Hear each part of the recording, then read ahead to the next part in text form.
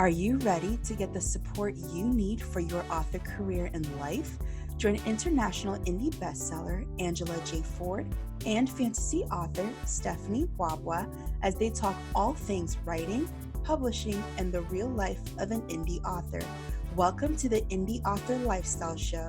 Living your best indie life starts here.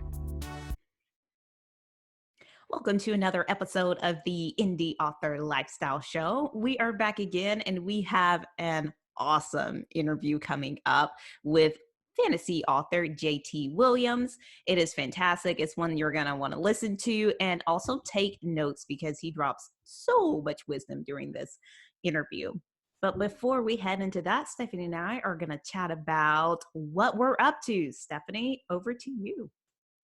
Yes. Okay, so what up, guys?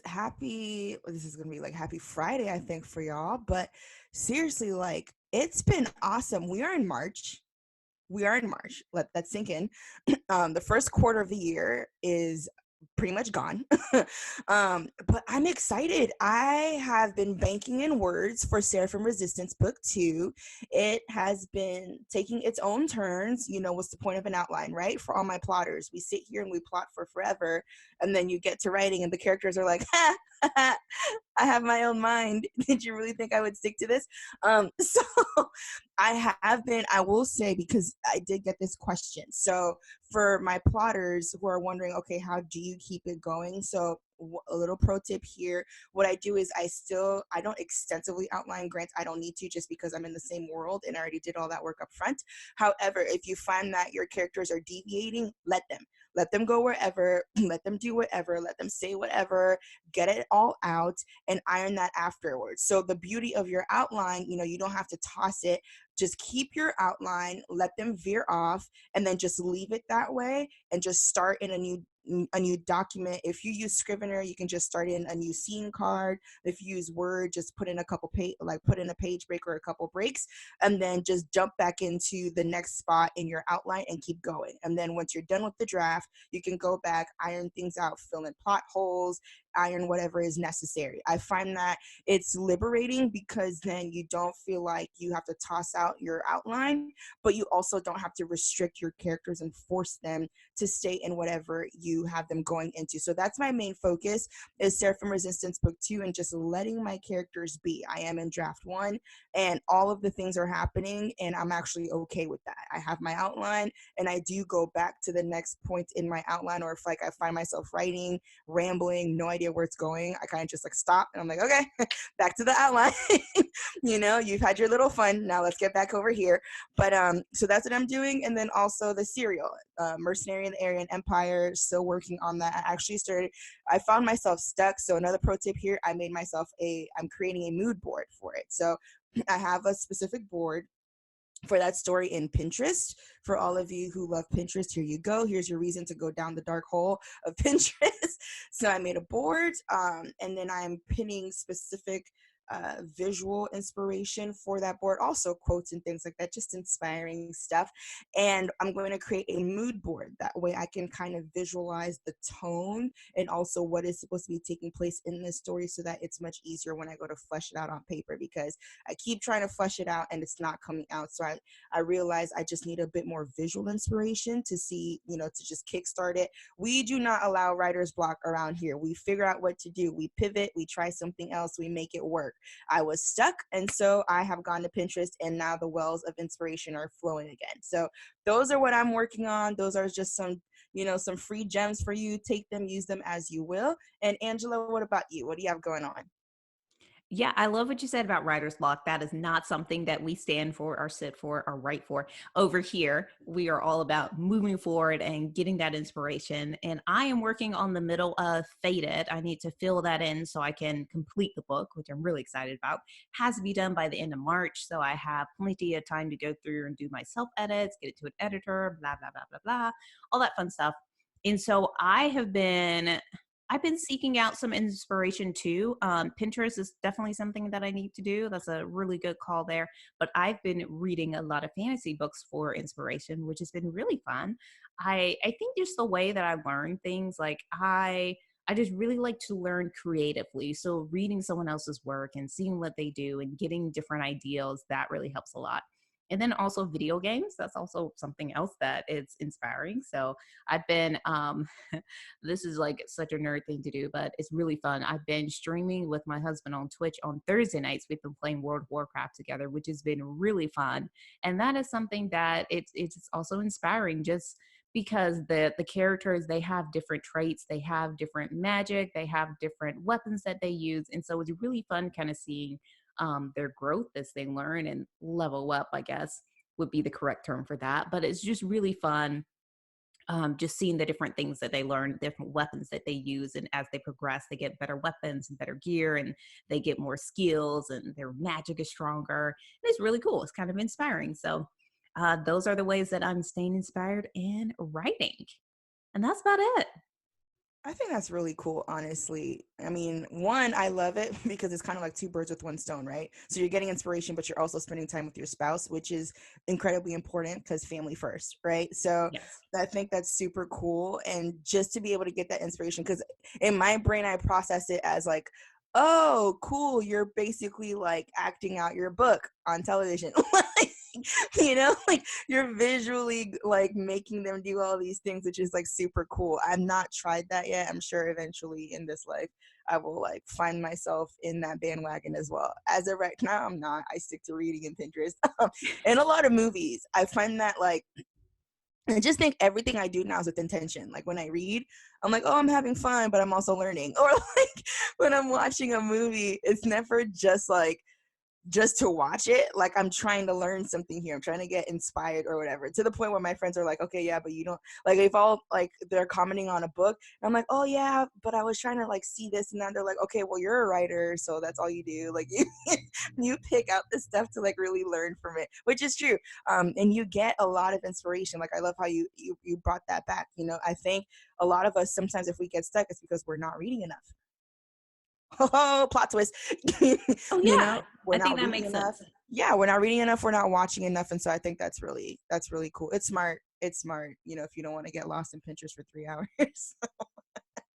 Yeah, yeah, and it's really fun, and that's also something that JT Williams talks about. He's a Hmm. big gamer, and so we can hop into his interview and hear directly from him. Before we get started talking on today's topic, here's a word about our indie author lifestyle workshops. Workshops are designed for career authors who want in depth training on certain topics to help you take your career to the next level. Join us each month to dig into writing, publishing, and book marketing strategies for only $27.99. Plus, get access to the exclusive community. Find out our topic of the month by going to indieauthorlifestyle.com/workshops. Now, back to our episode. Welcome to another episode of the Indie Author Lifestyle Show. Today we have a very special guest, USA Today best-selling author JT Williams. He writes both epic fantasy, inspired by the likes of Tolkien, Salvatore, and Brooks, along with darker sword and sorcery, fueled by countless hours playing Elder Scrolls, The Legend of Zelda, and many other fantasy RPG and MMORPGs. When he isn't writing, he wages war in his backyard with his children, having make believe battles against the orcs invading from next door. He is married and has 5 little orc slayers. As a longtime lover of fantasy and the surreal, he hopes you enjoy his contributions to the world of fantasy and magic. JT Williams, welcome to the show. We're so glad to have you on. And why don't you start out by just telling us just more about you and why you decided to become an indie author? Well, hi, thank you for having me on. That's kind of an easy question for me. I spent my entire time in school and I was supposed to be paying attention in math class writing. If it wasn't Zelda fan fiction, it was, I guess you'd call it portal fiction, portal fantasy fiction now.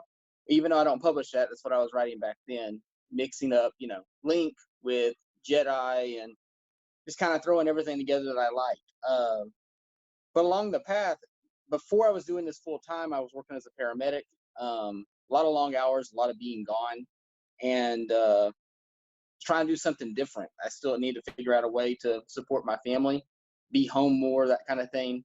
And indie publishing really allowed that to be a possibility. I've got friends who have been writing that, they wrote a book, or they've been writing the book for 2 or 3 years, and they're going to start submitting it to the publishers. And it was actually uh, Rachel Aaron, another author, Rachel Aaron. She's traditionally and indie published now, but back then she had said on the NaNoWriMo forums that if she could do it all over again, she'd just do indie. She said she loved her publisher, loved everything about the process, but that she felt like there was a lot more that you could do as an indie author. So that kind of like pointed me towards looking into Amazon KDP, and years ago, Kboards and those type of forum sites, just kind of getting a feel for it. And then it just kind of went from there.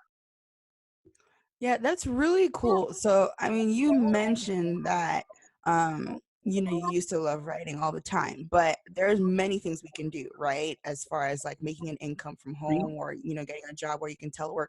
So, how did you come about choosing, what, I'm going to write books for a living? And how did you get that off the ground? It was what I did for fun, I guess is one way to put it. So, like, I played a lot of video games, but there were times in life where I obviously couldn't play video games back, uh, 2007, 2008. I was having to work a lot.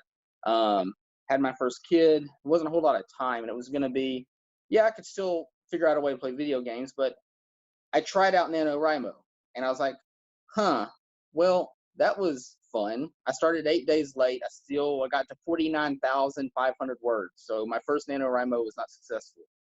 That book has never seen the light of day, but it showed me what I could do. Fast forward to 2012, and I was suddenly home a little bit more than I was used to. My wife was in the police academy, and I was home Monday through Friday, uh, in the early morning. I had one kid in school, and it came time for NaNoWriMo again. And I was like, huh, I'm normally not able to do this. I've got, I like playing Assassin's Creed, and I was like, but I don't want to waste time doing that. I know it's fun, but there's nothing else to it. So maybe I'll look at writing again, for more, in a more professional way. And so at that same time, I was on the forums on NaNoWriMo. That's when I came across the post talking about indie publishing and kind of how to do it now. And I was like, well, if nothing else, I can at least get a book in my hand. That would be fun. So went ahead, downloaded Scrivener for the first time ever. I didn't plan out much. I literally did like the note cards with just a bunch of different ideas. I had a very loose story. Somewhere in my stuff, I actually have that original piece of paper I worked on where I did the basic main character is an assassin. He's going to go after a vampire, and he's somehow going to save the people. It's really unclear. And so I jumped into writing that during NaNoWriMo. What surprised me is not only that I finished NaNoWriMo, I was able to do it quite quickly. I believe I hit my 50,000 in 18 days, if I remember right now. And after that, I was like, oh, well, I can do that. That's kind of cool. And then the more I started looking into the KDP process and Amazon and indie publishing, I was like, okay, maybe I could do this. And I know I need to look for a really good cover that I can get, and editing and whatnot. But this might be an option for me. Maybe eventually I can get out of working as a paramedic. I love the job. It's a very stressful job, especially when you're working the hours I was working. I was working way too many hours for it to be healthy, and somewhere in the range of 72 to 84 hours a week. So I was kind of looking for a way out. I didn't want to go, I guess, the typical routes. It's the easiest transition is to go into nursing. That didn't really interest me at all. I'm kind of used to being in charge of my own fate, I guess is the way to put it. So kind of grew from that one basic book back in 2012 to now. I don't know, what am I at, 27, 28. I've several titles. They're all set in that same world now. So it's grown quite a bit. Yeah, that's really impressive. Like anytime I think of your books, I can just see like the covers, like I think of like an elf with swords, just fighting, a lot of action. That's really what I think of when I think of your books. And that's really cool that you've written so many over Wow, it feels like a short time period, but between 2012 and 2020, I guess that is a lot of years. It But is. It is, but there's a real big difference there. Is in 2012 I wrote the book, the very first one, but I didn't publish that till 2014, and then I was very intermittently publishing. Like it was before a lot of people knew the whole rapid release side of things, where you try to put out several books at once. And it's also when I was figuring out that the rules of, oh, well, if you write epic fantasy, it has to be 120 plus or no one's going to read it. I found all that to be pretty much false. I mean, there's some people that are very stalwart. They're like, oh, I'm not going to pick up a book that isn't at least 150,000. But I've found that's a lot of those genre convictions that you hear about, that, oh, it has to be this or has to be that. No, it doesn't have to be. Those are just those are I guess those are rules that have just kind of kept in people's minds from the time of traditional publishing. yeah, and that makes a lot of sense. And I think one of the benefits with going indie is that you really can sit back and make all your own rules, and you can break the rules a little bit and readers will still love your stuff. Like I feel like you have a pretty big fan club and people that just snatch up everything that you produce because they love your work. And so it's really cool that you talk about how production sped up as you um got more into the craft. And so will you talk a little bit about at what point you decided to go full time and actually be a full-time author, and what led up to that? Like what are the things that fell into place that made you able to take that leap? Okay. So in 20, what was it? 2017, in 2016, I had asked my readers, I was like, I've got two ideas here. What do y'all want? And this was inside my Ascended Realm Facebook group. I was like, I can write this story on the origin of the assassin from my original book, or I can give you backstory on a character from another book.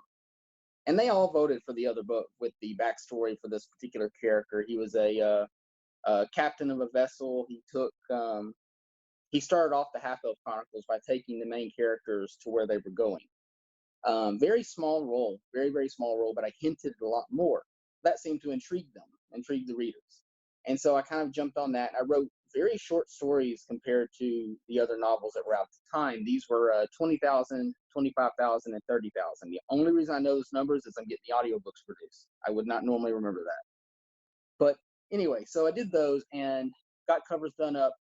And not only did I write those books in probably about, or novellas, in about 2 months, I released them one after the other after the other. It was the first time I ever saw my sales climb above 2,000. I got up to uh, $5,000 to $6,000 a month, and I kind of got a knack for advertising that particular set of books, and it seemed to be working pretty well. Well, then one thing led to another, and I was suddenly unemployed as a paramedic. Now that's not really a problem because there's literally tons of jobs, but it hit me in the psyche. It hit me in my own mindset. And instead of in 2017 me going, okay, these books are selling well. Yes, I'm unemployed, but I could take this as an opportunity.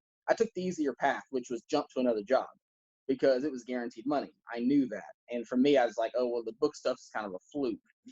Well, long story short, come into 2018, I'd read Chris Fox's his relaunch novel series. Sorry, Chris, if you're watching this or see this, I don't remember right now. But Chris Fox has a whole series of writing books. One particular one was like a relaunching type book.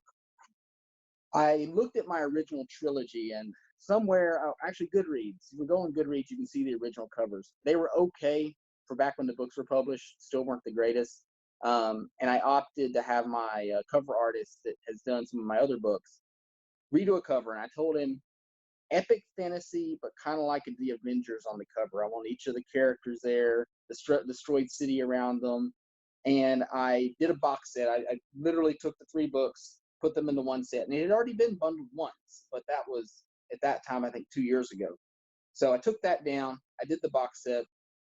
Um, I'm pretty decent with ads. I figured out a good marketing strategy that I was going to use for this box set, and I pushed it. And within that first month, I saw sales get up to about 7,000. And then the following months, I was hitting 13, 15, and 17,000. And I was already so done with, I had another job by then, obviously, but I was so done with doing that type of work and being tired. I was like looking at this going, if I jump now, I know over the next 2 months are okay.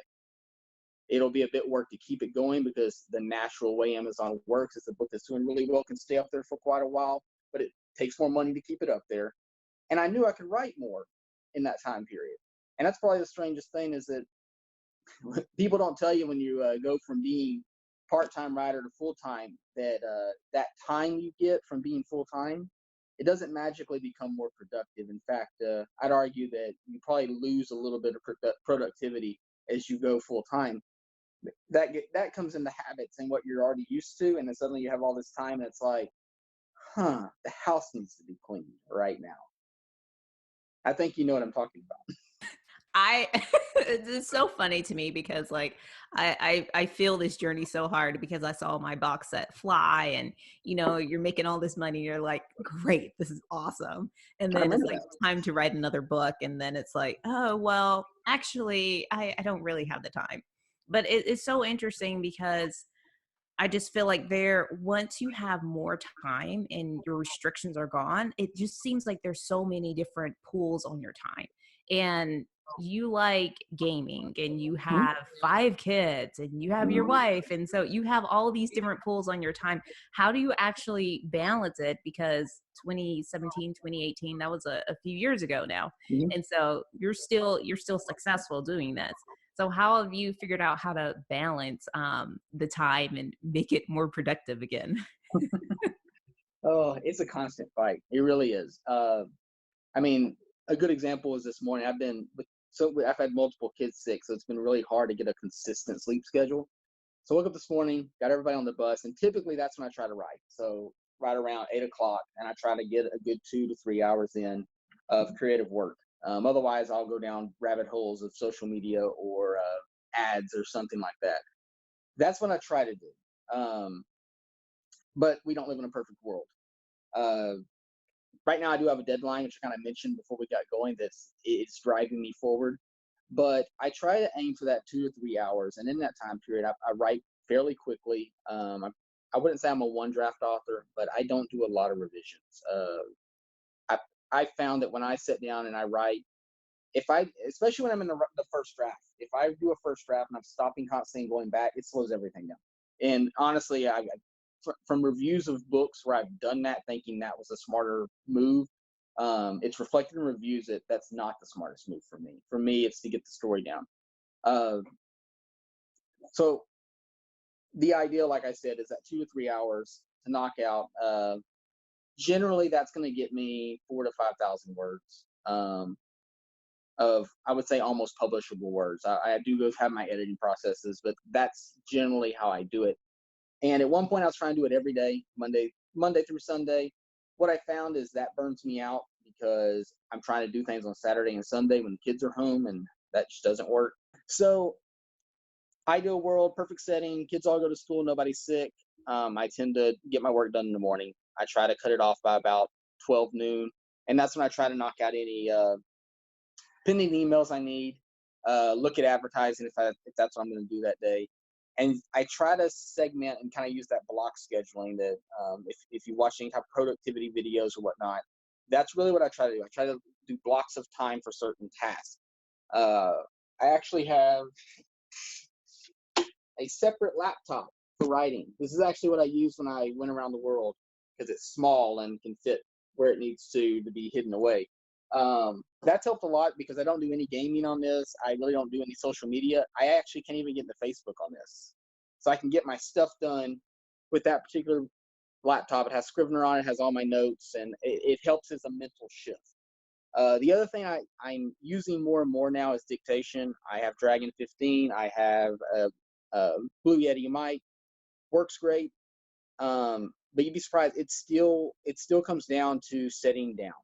That is normally the hardest thing. Is literally to go, okay, I'm going to write, and setting down. People ask, what's the secret to writing a book? It's setting down and doing it. There is no other secret. It does, and I'm not really a big plotter. I have a basic outline, normally a few bullet points of what I want to cover. Uh, but that's my mind's even used that against me, going, oh well, you're not sure where the story's going. You shouldn't write it yet. You'll mess something up. Generally, what happens though is I sit down, I start writing, and I get all these cool plot twists that all seem to work out because my characters know what they're doing. I don't. I just kind of record what they're doing, and they take me for a little bit of a ride, and we get in weird places, and people die. Also, a little bit of a tip: careful what you kill. You may spend several books trying to justify bringing them back in the future. Just a little tip. That is hilarious. Only because I really appreciate when people like kill off characters and bring them back properly. Like nothing's more annoying than like if you're attached to a character and they die and then like they come back and you're like, wait a minute, why did you destroy my emotions killing off this character for no reason? But I do have a question. So you have a lot of books, and what I'm wondering is, do you work on multiple books at the same time? Uh, no. I've tried that. I really have. So I'm writing 2 series right now. Mm. To answer your question, my Shadow of Chronicles books are my longer books, and I have the Stormborn saga, which I'm still writing. It's those original books I told you about, where I had the smaller 1, 2, and 3. It's at 12 published. There was going to be there was going to be only one more. I was supposed to be done with it in January, but these books range around 30 to 60,000 words each. Not a big deal, not a very big book. However, I got almost through the entire first point of view character, and I was sitting at 45,000 words. And I'm like, okay, this book's going to end up being 100,000 words. And the way the plot has went, I've told the story. It's a book that shouldn't have happened, but it happened because back in books 9 and 10, there was a bit of time travel that screwed everything up in the storyline. I play on that. I say, listen, these other events wouldn't have happened if the time travel wouldn't happen. The story was supposed to end on book 12 with the plot events that you see, but because of this other scenario, I give it the equivalent of Endgame with the Avengers Endgame, where they do the snap. Oh, spoiler alert if you haven't seen Endgame. Do the snap, and suddenly Thanos from 2014 shows up. Kind of like that. Like they did events that messed with the past in such a way it created a new enemy who's a threat to everybody.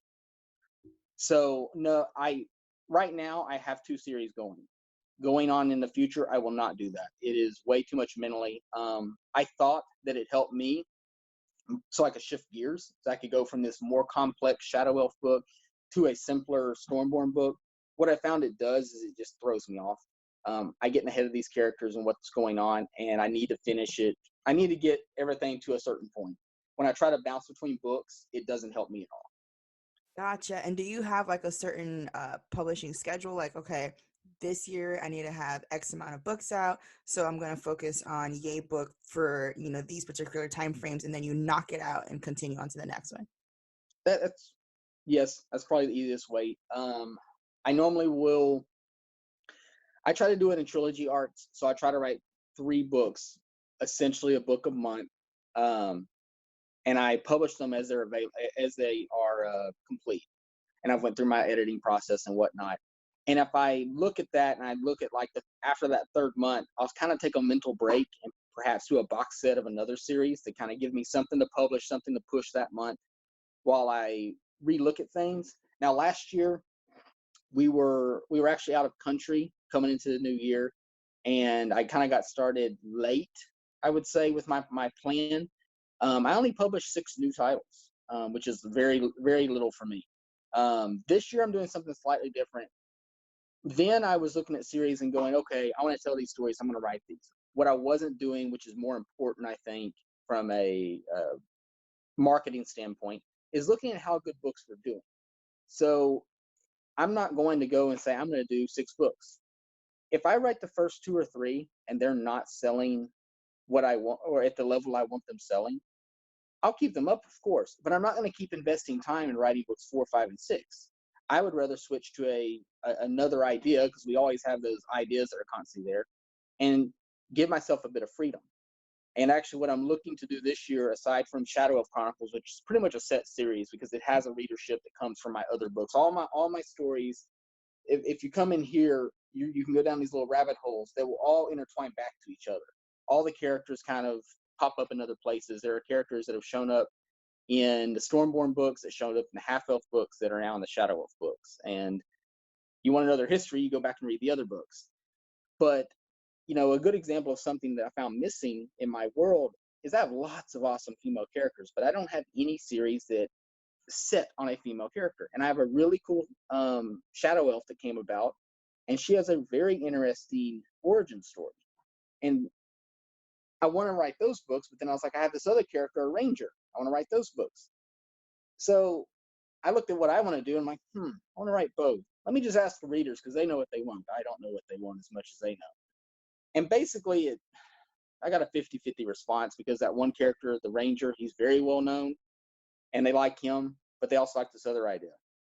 So for this year, aside from my Shadow Elf books, which are still going, and finishing up that book that I said that I'm a little bit late on, I guess, I'm going to write the first 3 books in both of these other series. Now, it's easier. Y'all know how fast some writers are. I'm not that fast, but I can knock out 4,000, 5,000 words a day.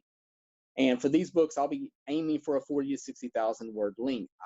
Talking to readers, my personal readers on my mailing list, they've said they like books that are 125,000 words plus, and they like books that are 40 to 60. So for this particular series, I'm going to start off with the shorter books. And if one of the 2 series takes off, I'll put more time into that. But I always try to at least finish out storylines. I never write, say, 1 or 2 books and go, oh, well, it's not selling what I want it to, so I'm just going to write anymore. I don't do that. I finish out the storyline. That's good to know. And I think that's a really cool way of keeping readers engaged. And then also because you have the different characters that are throughout all of your series, like that's the coolest thing ever. Stephanie and I both love like digging into like one world and just having these characters and having it so vast and layered that is just fun for readers to dig through it. And I don't know if you did this on purpose, but I feel like that's a great way to keep readers engaged, because they'll read all the one series and then they'll want more backstory. So they'll read the other series and then they'll want more. So they'll read the other one. And then with the new stuff you have coming out, I think it's just really endless. And the fact that you have so many books out, I feel like for a new author who has like a few books out, they couldn't apply the same strategies, just because when you're a new author, you haven't fully been able to test the waters yet and have that reach yet. But I mean, with you have almost 30 books, and by the end of the year, you'll have more than 30. So I think that's a really smart way. Your strategies are different. And I think that's really good for our listeners to hear. Like, the more books you have out, the more your strategies will be different, and you'll have to be smarter and think a little bit differently than you would if you were just now starting out and going, okay, I have a series that's not doing what I want. I can't like really switch and pivot, because you Well, have to build another audience. there's an interesting thing about that. So you said you're not sure how I started off, or how, if I planned out to have these particular characters last so long. No. If you want to learn something from me, careful who you kill. I'm not giving out spoilers, but careful who you kill, because what I found out is some of my cooler characters I killed. And I'm not saying that I wrote an entire series to bring back a character, but I might have. So that is what it is.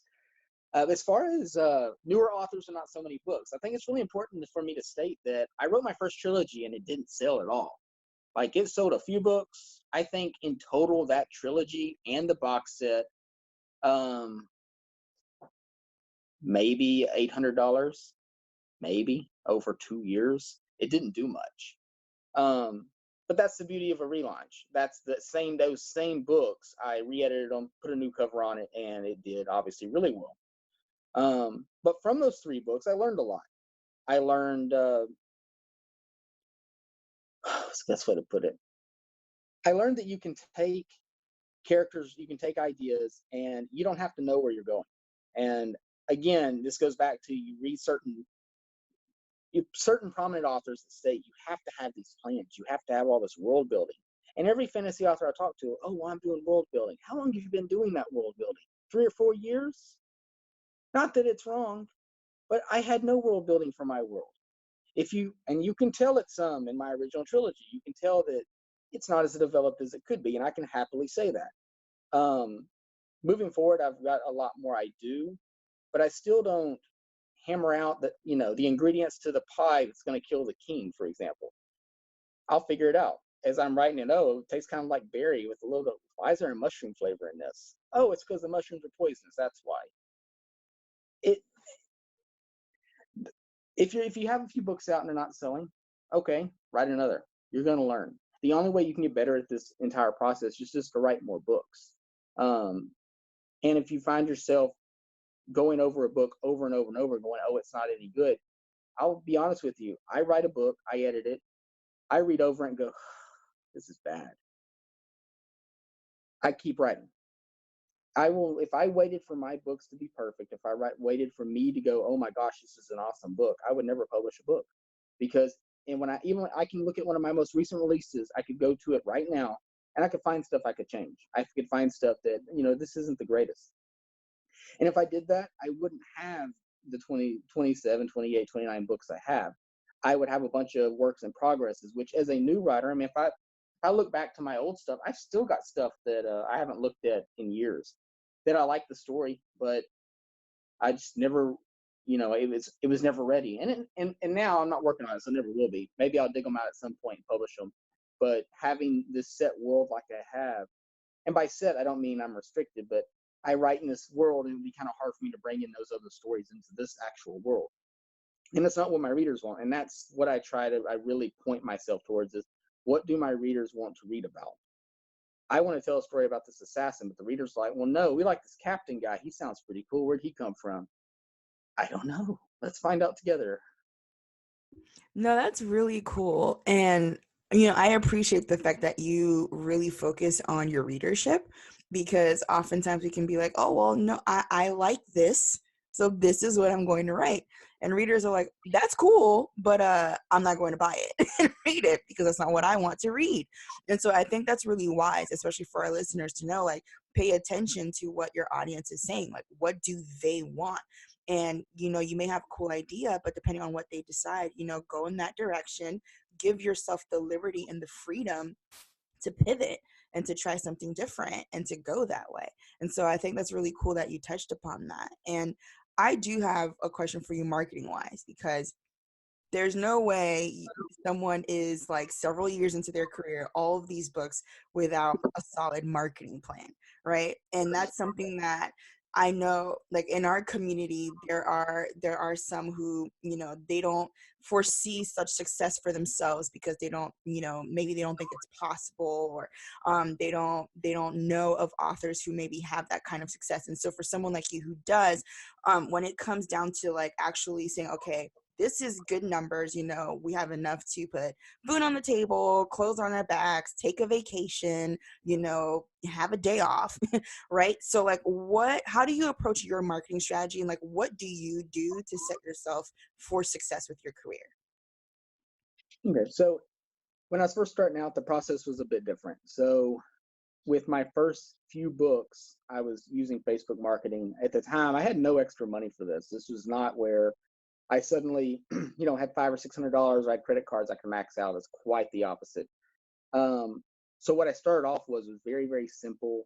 Um, Facebook ads, it's a word, like $5 a day. And I learned really quickly that $5 a day goes really fast, and it can amount to nothing in sales. That's why you can't look at one book.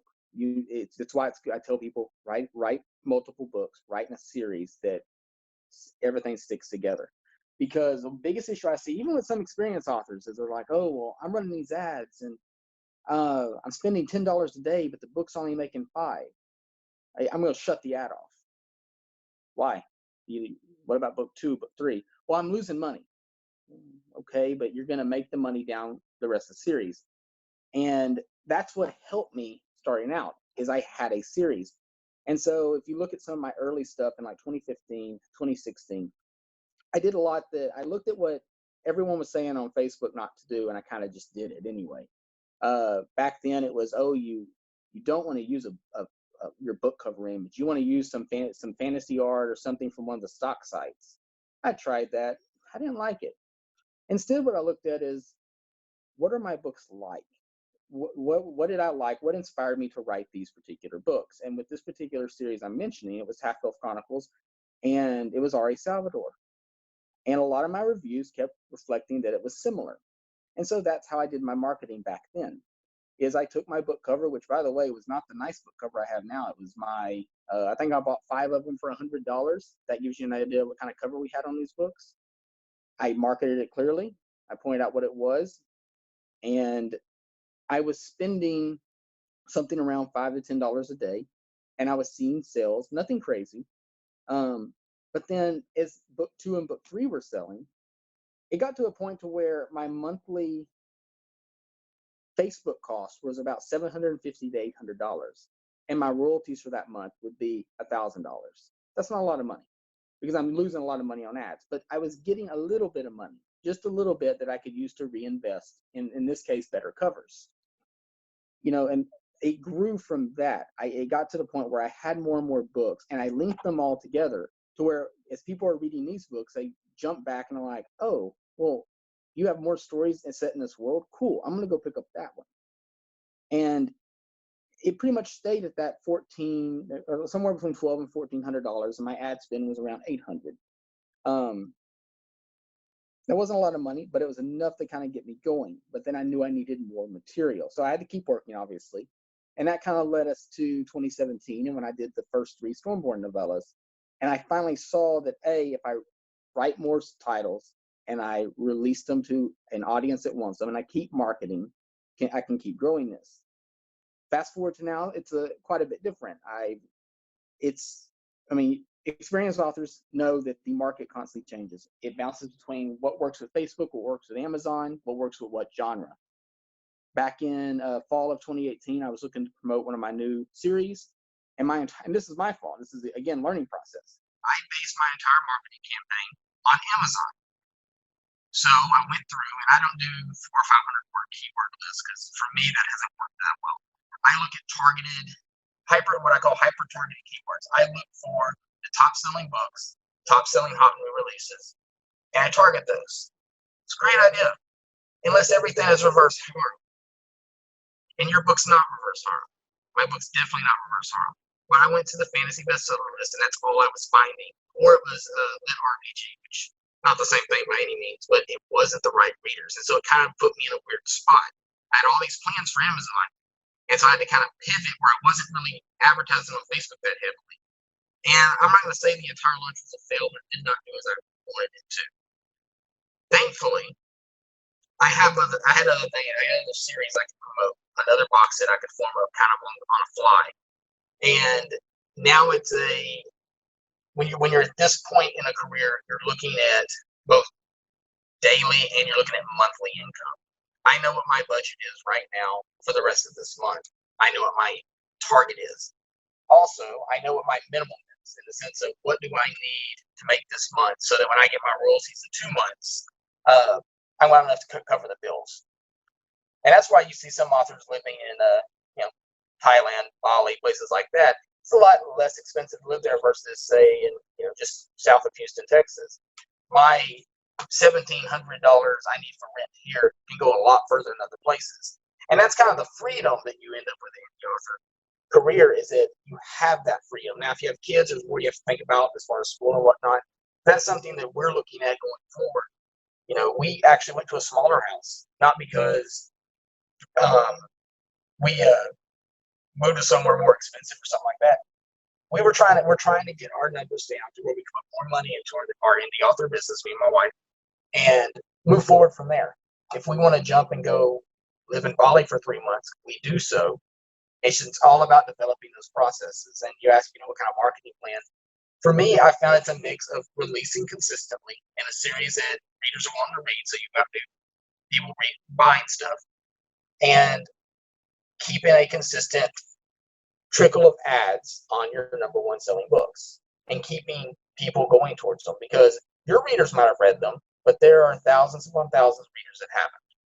Keep going, keep promoting. Do I promote my new releases with ads? Not really. I promote the book 1 because in my series, you really can't jump into book 8. You have to start with book 1. And then if I find something's not working on Facebook where everyone's going, oh, you can't do this, you can't do this, I go do it. and see if it works. If everyone's saying they won't do this, then a lot of people are going to go, oh, well, I shouldn't do it either. Well, then I'm going to go, oh, I'm going to see what I can do with it, because evidently less people are going to be advertised in that sphere. I don't jump on all the new things. Like, I don't think I've done book web ads. Actually, I know I haven't done book web ads. Probably should. It's just, I know Facebook and I know Amazon. And that's what I also tell newer authors is find out what you like. You don't have to learn everything. You don't need to know everything about Pinterest and YouTube and all these different areas. I don't. I don't care to learn it. I would probably invest some time in BookBub because I feel like it's a good place. It's where readers already are, kind of like Amazon. But I think there's a lot you can do with Facebook. And for now, I'm really just concentrating on Facebook and Amazon and just keeping those consistent. The books that consistently sell, I keep readers going towards them. It's in marketing terms, it's the funnel. I've got a really wide funnel at the top, and everything comes down. And what I'm working on moving into the future is I'm trying to get more, what's the term? Like an evergreen marketing campaign based on email leads, so that I can keep advertising my backlist books to new email leads. And I've had some success with email leads. But again, you got to remember that it's a long game you're playing. A lead that you get for 50 cents may seem like a lot, but if you look at the value of that one reader, if they go through all of your series and it comes out to $28, you're doing well. But it's how do you get to that point from spending $750 a month and only getting $1,000 or $1,100 to get to the point where you're thinking about this further stuff? It's staying consistent, delivering to your readers, and just keep writing. Like, I can't stop writing. Both mentally, I just can't stop writing. And also, I can't just not release books. I told my readers expect me to give them something new every month or so. So I need to give them something new every month or so. There's authors that only do 2 books a year. That's fine. That's great. And you can tell their readers, you see the comments that readers make on their ads, on their social media. And it's like, oh, we can't wait for it. I know it will be a few more months. For me, I can release a book and then I'll get an email about 20 hours later. So when's the next one coming? And it's kind of my own fault because I've trained them that way, for lack of a better word. Like, they know I'm going to be bringing another book out fairly quickly. So I guess it's kind of like when you watch something on Netflix and you know that you're supposed to get another one and it's not there yet. You start constantly refreshing and going, wait, it's supposed to be here today. It's supposed to be here today. Yeah, I totally get that. I always hate it when I spend, well, both hate and love it when I spend so much time working on a book and then like I release it, I'm really excited and people go, okay, where's the next one? And I'm like, pipe down. It's coming. But yeah, that was a lot. That was so much good stuff that you just shared with us just now. And that's awesome. And I think it's really important just to highlight the consistency and just persevering and keep going, even though sometimes it feels like a lot of money to be pouring into a book, but it's well worth it. It took me, I think, 4 years to completely break even on my series. And yeah, I mean, I wasn't doing anything at the speed that you're doing it, but it takes time, and it's that kind of perseverance that really comes through. And I know we're about to run out of time, but I really want to ask one last question about pricing, and then Stephanie, if you have anything else, what kind of pricing has worked for you? I know 99 cents is really popular. Is that something that, yeah, I'll just leave it at that. So yes, 99 cents is very popular, especially with box sets. And I honestly blame myself and some of us other ones that were really pushing that back in 2018. Because again, people see something's working, they all jump on it. Now you go on to Amazon, tons of box sets for 99 cents. And what I've been trying to also tell some other authors is, listen, this is going to run out. Readers are going to, writers can only write so fast, and they box their books up, and then they've got to write new books, and they can't do a box set till they got more books out. And I thankfully have several standalone books, so I've been able to box up a lot of stuff. I think 99 cents is a good way to get readers in. What I found is conversion's not that great. So people coming in to buy that one box set at 99 cents, it helps you out in the short term, but it seems like that unless especially because it's a contained story in most cases, the conversion's not that great. Like, there are thousands of people that bought my one box set and they told me they like it and all this, but they don't necessarily go to the other stuff. But then when I price that same box set or other box sets at a full price of, say $3.99, $4.99, or even $9.99, I've had my conversions better. Even like, so that one series that made so much was one example, but I have another series which has, I had to think about this, three different box sets in it. When I price box set 1 at 99 cents, the people that go into box set 2 remain the same as if I priced it at the full price. I make more money if I price it at full price, drive readers to that going on. So the whole idea with 99 cents is to get visibility. If you can get high enough in the Amazon store where you get a bestseller tag and you perhaps can, I guess the term would be tickle the algorithms to promote your book and send it to their readers, great. What I've seen the past few months talking to authors that are doing these 99-cent box sets is that it doesn't seem to have the same weight as a full price book as much. Now, if you go in deeper, there's several authors in the industry have talked about this, but the popularity lists, which are based more on price. If you're a new author and you need to get exposure and you're trying to get people to learn about you, 99 cents is a good spot to go. Just realize that you are leaving a lot of money on the table. If you're kind of more the mid-range, maybe almost full-time, but you've got several books out, you got to start running your numbers. And I don't like math at all. I think I said that at the very beginning. I'm not a math fan. But you need to know what percentage of readers are going from book 1 to book 2 to book 3. Not the greatest, but my percentage from book 1 in one of my series is around 60% to book 2. I'd like that to be higher. I like it to be closer to 70 to 80%. But from book 2 to book 3, it's like 95%. And it keeps, and I have a drop off at book 3 because I kill 20 characters of 23. But they come back in book 4, and book 5, 4 through 6 is good. And in my other series where I don't kill off as many people, I have a little bit more love. People pretty much stick to it. So personally, I've been launching at full price. I think it works. I think if you're upfront with your readers and tell them, hey, I'm going to do a 99-cent day in a week, tell them ahead of time, a lot of them will still buy your full price book, but then you'll get a lot more for that, one day 99-cent push. I think unless you've got a fairly large budget right now, that it's really hard to get a book in the best-selling charts and keep it there just by will alone. I feel like if we go a little bit deeper, newsletter swaps, it's hit or miss. It really depends. And if you go in and you're taking everyone that'll share your book, remember that when a book is brand new in Amazon, Amazon's really paying attention to where the traffic's coming from and if these people are buying your book. So it may be great that Joe that writes urban fantasy wants to share your book, but if you write epic fantasy and urban fantasy is sharing your stuff, you're messing up the also bonds. And what that does long term is it teaches, or Amazon goes, well, I'm not sure how this book is really selling. It's getting some sales, but we're kind of confused. So we're just going to say no, suppress it down, because it's not, they want to make money in the end. And I think that's where the popularity lists are starting to take over. And I'm not real scientific with this stuff, obviously, but I think that the full price books, it makes Amazon more money. And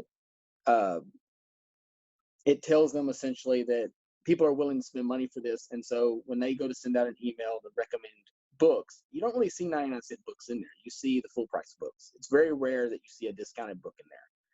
And so it's kind of what we've joked about today, is that everything's always changing. And that's really the easiest way to put it, is it's a constant change. You've got to keep moving, keep trying stuff new. And don't jump on every shiny toy that someone offers to try to sell you, because there's a lot of that out there where they're like, oh, well, I can make you a bestseller. You just got to do this, this, and this. There's a whole industry out there meant to take your money, promising you stuff, and we don't like that. Such sage advice, truly, because like all I can say is word. like drop the mic, word. Missed it, rewind, re-listen to it again. Like that was just really, really good. And so as we're getting ready to wrap up here, we are, our listeners are enthusiasts. They're at the beginning of their careers, and some of them may not have the confidence to know that they can do this full time and do this well. So what would you say to them? Like, what are some words of advice that you would leave them from your own experiences in your journey? First off, write the book. Don't worry about if it'll sell. Write the book. And even if you have to write a whole book just to get it out of your system going, I want to write this, write it. Get it done. You can't edit a blank page. It's the most basic of the processes. You've got to get the book down. As far as, oh, I don't think I can do this, I'm telling you, as someone that doesn't like a lot of my own stuff, I go back and reread my stuff. I'm like, oh, I could change all of this. You'll know that never goes away. It doesn't matter if you sell 10 copies, 100 copies, 1,000 or 10,000. It doesn't matter. You will always want to change something.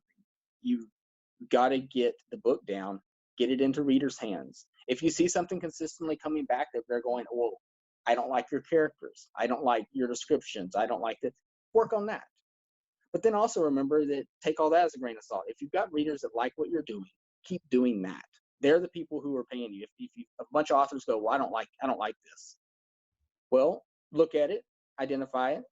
If you're not selling books, maybe take it to heart. I think that's one of the hardest things. Someone spends some money on a cover and people are like, well, no, this doesn't match your genre. And they're like, well, I like it. You might want to look at that. There's a lot of advice out there on that. But if you're going back to the basics of writing, write the book, get it down, keep writing. That is the only thing that any of us authors can control is how many books we write and our own writing. Keep learning. You're never a master. This is a field where no one becomes a master. You just have to keep writing. You've got to keep that in mind as you go forward. That's probably the best advice I can give. Yeah, and absolutely fantastic. So true. And thank you so much for being on the show. This has been fantastic and just a lot of wealth and wisdom. And we'll include just the things that we talked about, also links over to your site and your books in the show notes. And yeah, this is fantastic. I'm really excited for our listeners to hear it. Thank you for having me on here. It's been a lot of fun. The journey to becoming a full-time author on your own terms doesn't have to be lonely or hard. We have an awesome community where we chat daily, write together, and motivate each other. To be part of this vibrant community of indie authors living their best bookish life on their own terms, go to indieauthorlifestyle.com/inner circle for more information. If you enjoyed today's episode, we'd love to hear more from you. Leaving a rating or a review helps us to create more great content like this. Be sure to rate this episode and subscribe to the show. Thanks for listening to the Indie Author Lifestyle Show. See you inside the community.